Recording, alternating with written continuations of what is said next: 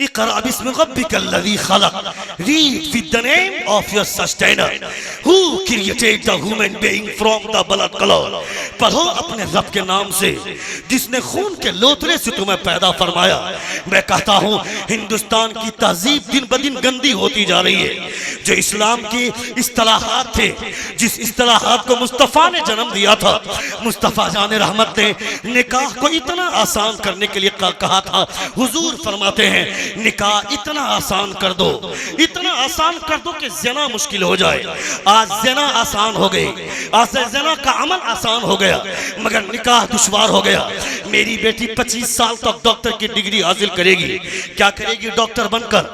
कितने दिनों तक जिंदा रहेगी? कितने दिनों तक पैसा कमाएगी? अगर डॉक्टर बनना ही सबसे बड़ा कारनामा होता तो हुजूर सबसे पहले अपनी बेटी को डॉक्टर बनाते. अगर इंजीनियर बनाना ही सबसे बड़ा काम होता तो हुजूर सबसे पहले अपनी बेटी को इंजीनियर बनाते, अपनी बेटी को प्रोफेसर बनाते. मगर मुस्तफ़ा ने अपनी बेटी को सबसे पहले बापर्दा खातून बनाया. सुभान अल्लाह. जोर से बोले, जोर से बोले. बापर्दा खातून बनाया. अभी आज से 5 महीना पहले राजस्थान के एक होटल में, एक ओयो होटल में पुलिस ने रेड मारी तो उस होटल से लड़कियां बाहर आ रही हैं. कैसी लड़कियां? नकाब पहन कर लड़कियां बाहर आ रही हैं. मुसलमानों की बेटियां. बाप सोचता है कि मेरी बेटी कॉलेज गई है, बाप सोचता है कि मेरी बेटी इंस्टीट्यूट गई है, बाप सोचता है मेरी बेटी ट्यूशन गई है, वो डिग्री हासिल करने के शौकीन है. मेरी बेटी कॉलेज गई है पढ़ाई करने के लिए, मगर ये लड़कियां गुलछर्रे उड़ाकर, मैं इन बेहुदा और आवारा लड़कियों से कहना चाहता हूं किसी भागवा भेड़ियों के शिकार होने से बेहतर है किसी कुत्ते के सामने अपने आप को बिछा दो. मगर ईमान के साथ समझौता मत करना. ईमान बहुत बड़ी दौलत है. ईमान का सरमाया अगर चला गया, तुम ये सोचते हो मेरी जिंदगी मेरी मर्जी, मेरा जिस्म मेरी मर्जी. खबरदार ये सोचना छोड़ दे. जिस्म तेरा अगरचे है, तू बेटी अपने बाप की है, मगर मर्जी अब भी तेरे जिस्म पर मुस्तफा की है. तेरे जिस्म पर मुस्तफा की है. कहोगे मौलाना हवा हवाई की बात करता है. नहीं नहीं, नबी ये कौनैन सल्लल्लाहु अलैहि वसल्लम ने हजरत ज़ैद बिन हारिसा को अपना मुंह बोला बेटा करार दिया था. जब जवान हो गए हजरत ज़ैद, मुस्तफा फरमाते हैं ज़ैद जाओ ज़ैनब को निकाह का पैगाम दे दो. हजरत ज़ैद गए हजरत ज़ैनब के पास, कहा मैं आपसे शादी करना चाहता हूँ. हजरत ज़ैनब फरमाते ज़ैद अपनी हैसियत देखी है, अपना स्टेटस देखा है, कहा तू गुलाम की हैसियत से जिंदगी गुजार रहा है और मैं खानदान कुरैश की एक शहजादी हूँ, मैं कैसे तुमसे शादी करूंगी. वो हजरत ज़ैद फरमाते हैं मैं अपनी मर्जी से नहीं आया हूँ, मुझे मुस्तफ़ा ने भेजा है. हजरत ज़ैनब फरमाती है मुस्तफ़ा ने भेजा है तो क्या हुआ, मैं मुस्तफ़ा का कलमा जरूर पढ़ती हूँ, मगर मेरे जिस्म पर मर्जी मेरी चलेगी. मैं अपनी किस्मत का फैसला मैं खुद करूंगी.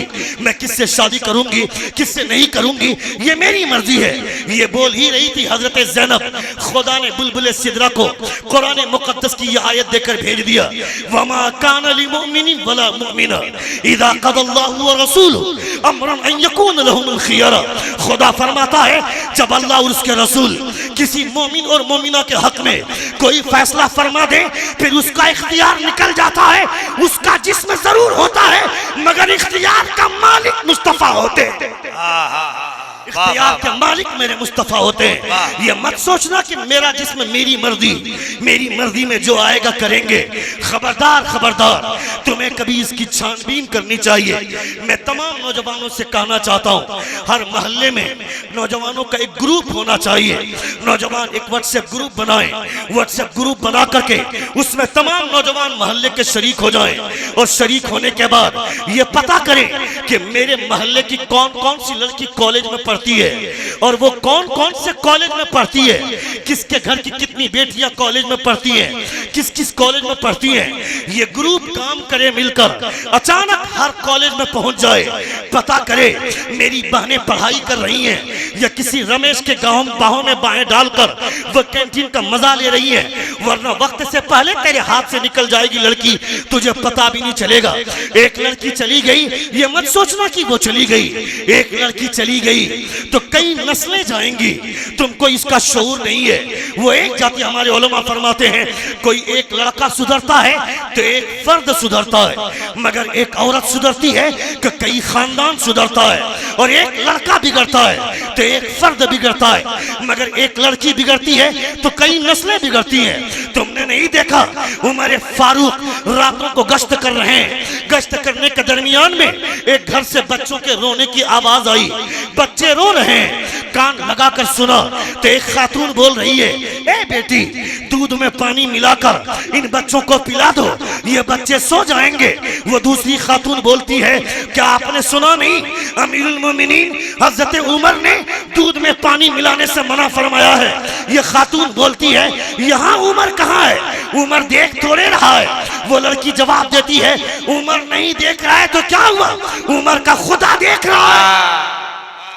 जोर से बोले, जोर से बोले। वाह वाह वाह वाह। उमर नहीं देख रहा है तो क्या हुआ, उमर का खुदा देख रहा है। हजरत उमर फारूक इतनी गुफ्तगू सुनकर वापस चले आए। सुबह अपने कासिद को बुलाया और उसे भेजा, जाकर पता लगाओ दूध में पानी मिलाने की बात कौन कर रही थी, और वो लड़की कौन थी जो ये बोल रही थी कि उमर नहीं देख रहा है तो क्या हुआ, उमर का खुदा देख रहा है। कासिद आया, पता लगा कर गया, कहा हुजूर जो औरत पानी मिलाने के लिए बोल रही थी वो उस घर की एक बूढ़ी औरत है, मगर उसी की एक कुंवारी बेटी है जो ये बोल रही थी पानी मत मिलाओ, उमर नहीं देख रहा है तो क्या हुआ, उमर का खुदा देख रहा है। इतना सुना अमीरुल मोमिनीन ने अपने तमाम बेटों को बुलाकर लाइन पे खड़ा कर दिया और कहा, तुम में से कौन उससे शादी करना चाहता है। एक बेटे ने कहा, मैं उससे निकाह करना चाहता हूँ। अमीरुल मोमिनीन हजरत उमर ने अपने बेटे का निकाह उससे करवाया, उस लड़की की शादी हुई। खुदा ने उस बेटी से एक बेटी पैदा फरमाया और फिर उस बेटी से एक बेटा पैदा फरमाया जिसको दुनिया उमर बिन अब्दुल अजीज के नाम से जानती है। नारे तकबीर, नारे रिसालत, मसलके आला हजरत, मदरसा मंसूरुल उलूम, जश्न दस्तान आलमियत।